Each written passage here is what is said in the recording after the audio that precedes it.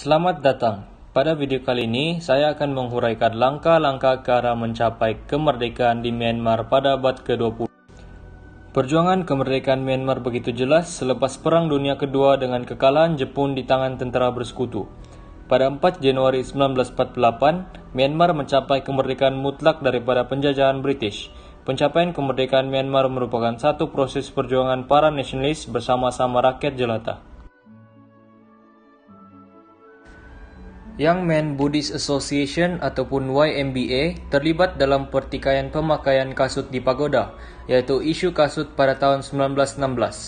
Pada tahun 1917, perjuangan YMBA menjadi lebih agresif apabila Myanmar tidak dimasukkan dalam pembaharuan Montagu-Chelmsford.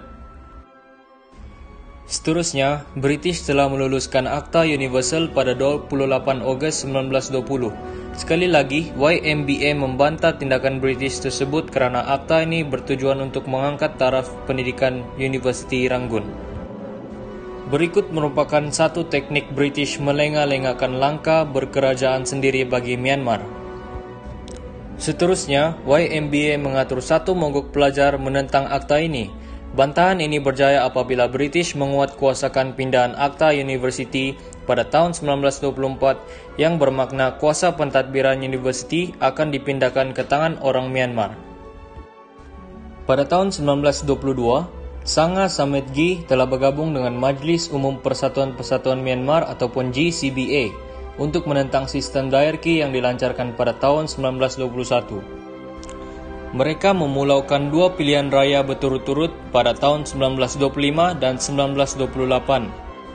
Selain itu, Liga Anti Pemisah juga dibentuk oleh Dr. Bamau kerana bimbang akan melambatkan dan membantutkan usaha Myanmar mencapai taraf berkerajaan sendiri. Pada tahun 1930 hingga 1931, berlaku pemberontakan Sayasan yang bertujuan untuk menggulingkan kerajaan British dan memulihkan agama Buddha.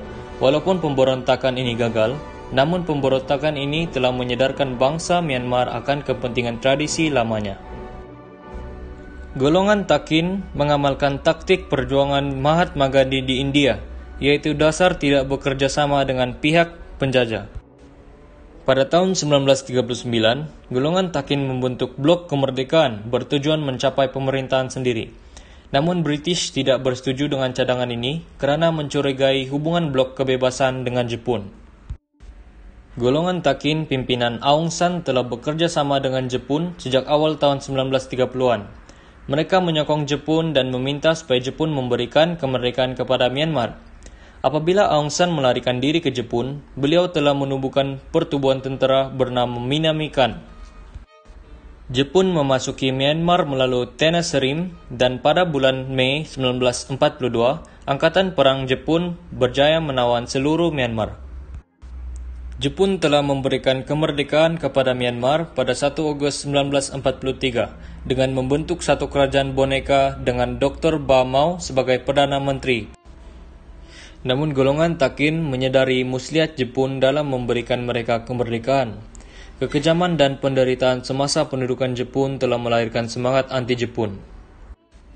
Hasilnya, Aung San dan pemimpin Takin yang lain berpura-pura bekerja sama dengan Jepun. Sebagai bukti, LPRAF menentang Jepun melalui sabotage serta gerakan bawah tanah dengan harapan dapat menubuhkan kerajaan negara Myanmar yang berdaulat. LPRAF memihak kepada British. Dan hasilnya, Jepun menyerah kalah pada bulan Ogos 1945. British kembali ke Myanmar tanpa ada tentangan daripada rakyat Myanmar. Pada 20 Disember 1946, perjanjian Atli Aung San telah termeterai. Hasilnya, LPRAF membentuk kerajaan baru dengan kabinet dan perlembagaannya sendiri. Pada 19 Julai 1947, Aung San telah dibunuh semasa mengadakan mesyuarat. Pembunuhan tersebut dirancang oleh U Sao yang kemudiannya dihukum mati akibat perbuatannya. Perjuangan kemerdekaan Myanmar diteruskan oleh pemimpin-pemimpin LPRAF yang lain di bawah pimpinan UNO.